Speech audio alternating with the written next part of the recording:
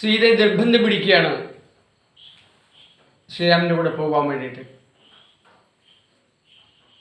ഒടുവിൽ സീതയും കൊണ്ടുപോകാൻ അദ്ദേഹം സമ്മതമരുളി. കൂടെ ലക്ഷ്മണനും പുറപ്പെട്ടു.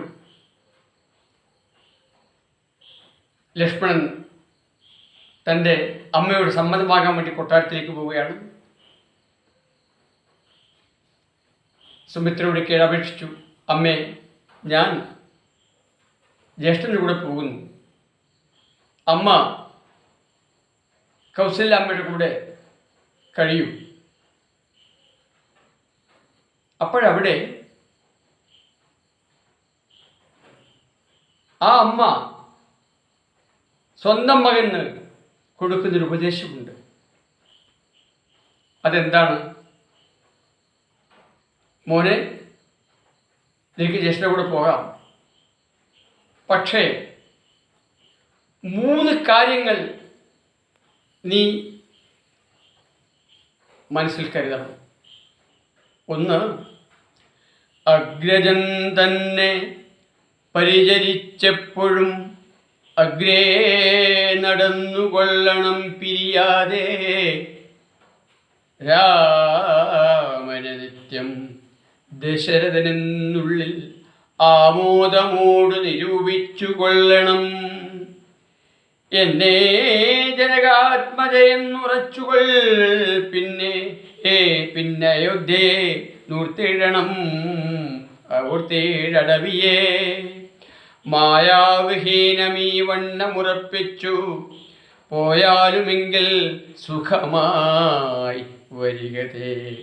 മാതൃവചനം ശിരസി ധരിച്ചുകൊണ്ടാദരവോട് തൊഴുതു സൗമിത്രയും തന്നുടെ ചാപശരാദികൾ കൈക്കൊണ്ടു ചെന്നു രാമാന്തികെ നിന്നു വണങ്ങിനാ.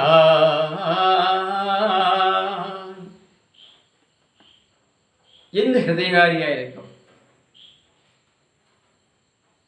നേരത്തെ നിങ്ങൾ ചോദിച്ച ചോദ്യത്തിന് ഇത് ഉത്തരം കിട്ടി.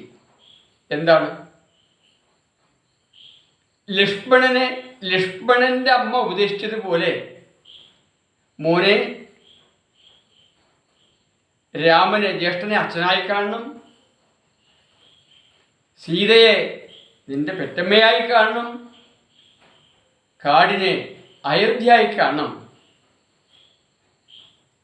ഈ ഉപദേശം നാം ഉൾക്കൊണ്ടുകൊണ്ട്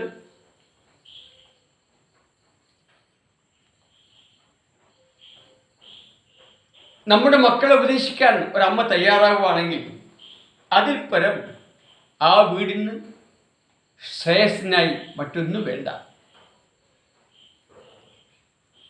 സന്താനങ്ങളെ കിട്ടുന്നു, കുടുംബത്തിൽ സന്തോഷവും സന്തുഷ്ടിയും ഉണ്ടാകുന്നു, അതുവഴി അയൽവക്കക്കാർക്ക് സന്തോഷമാകുന്നു, നാടിനും വീടിനും ഒരേപോലെ മംഗളകരമായി ഭവിക്കുന്നു. അപ്പോൾ നമുക്കെന്നും രാമായണം വഴികാട്ടി നിൽക്കുന്നു. അതാണ് രാമായണത്തിൻ്റെ പ്രത്യേകത.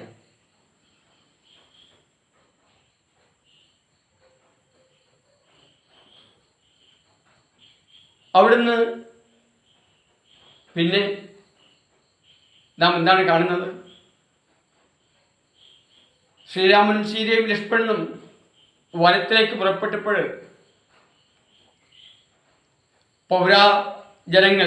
മൊത്തം അദ്ദേഹത്തിൻ്റെ കൂടെ കൂടി അവരെ ഒരു പരിധിയിൽ വെച്ച് ഒഴിവാക്കിയെടുത്ത് കാട്ടിലേക്ക് പ്രവേശിക്കുന്നു.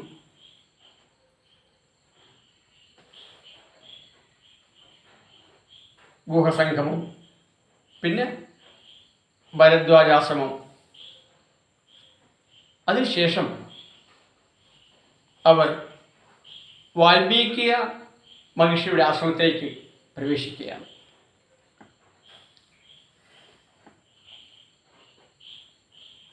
ഉത്ഥാനവും ചെയ്തുഷസി മുനിവരപുത്രരായുള്ള കുമാരകന്മാരുമായി ഉത്തമമായ കാളിന്നി നദിയെയും മുത്തേര താപസാദിഷ്ടമാർഗേണ പോയി ചിത്രകൂടാദ്രിയെ പ്രാപിച്ചിരുജവാൽ. തത്ര വാൽമീകിതന്നാശ്രമം നിർമ്മലം നാനാമുനികുലസംകുലം കേവലം നാനാമൃഗദ്വിജാകീർണം മനോഹരം ഉത്തമവൃക്ഷലതാ പരിശോഭിതം നിത്യകുസുമഫലദല സംയുതം തത്ര ഗത്വാ സമാസീനം മുനികുലസത്തമം ദൃഷ്ട്വാ നമസ്കരിച്ചീടിനാൻ. രാമം രമാവരം വീരം മനോഹരം ഉത്തമ കോമളം ശ്യാമളം കാമദം മോഹനം കന്ദർപ്പസുന്ദരമിന്ദീവരേക്ഷണം ഇന്ദ്രാദിവൃന്ദാരൈരഭിവന്ദിതം. ബാണതുണീരധനുർധരം വിഷ്ടപത്രാണ നിപുണം ജടാമകുടോജ്വലം ജാനകീ ലക്ഷ്മണോപേതം രഘൂത്തമം മാനവേന്ദ്രം കണ്ടു വാൽമീകിയും തഥാ സന്തോഷ ബാഷ്പാകുലാക്ഷനായി രാഘവൻ തൻ തിരുമേനി ഗാഢം പുണർന്നീടിനാൻ. നാരായണം പരമാനന്ദ വിഗ്രഹം കാരുണ്യ പീയൂഷസാഗരം മാരുഷം പൂജയിത്വാ ജഗൽപൂജ്യം ജഗന്മയം രാജീവലോചനം രാജേന്ദ്രശേഖരം. ഭക്തിപൂണ്ടർഹ്യപാദ്യാദികൾ കൊണ്ടത മുക്തിപ്രദനായ നാദനുസാദരം പക്വമധുര മധുഫലമൂലങ്ങളൊക്കെ നിവേദിച്ചു ഭോജനാർത്ഥം മുതാ ഭുക്ത്വാ പരിശ്രമം തീർത്തു രഘുവരൻ നത്വാ മുനിവരൻ തന്നോടരുൾ ചെയ്തു.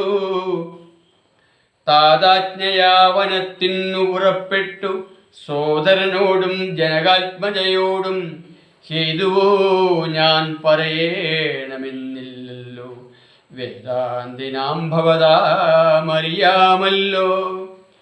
യാതൊരിടത്തു സുഖേന വസിക്കാവൂ സീതയോടും കൂടിയെന്നരുൾ ചെയ്യണം. ഇദ്ദിക്കിരുട്ടുകാലം വസിച്ചേടുവാൻ ചിത്തേ പെരുകയുണ്ടാശ മഹാമുനെ. ഇങ്ങനെയുള്ള ദിവ്യന്മാരിരിക്കുന്ന മംഗലദേശങ്ങൾ മുഖ്യവാസോചിതം എന്നതു കേട്ടു വാൽമീകി മഹാമുനി മന്ദസ്മിതം ചെയ്തി വണ്ണ മരുൾ ചെയ്തു.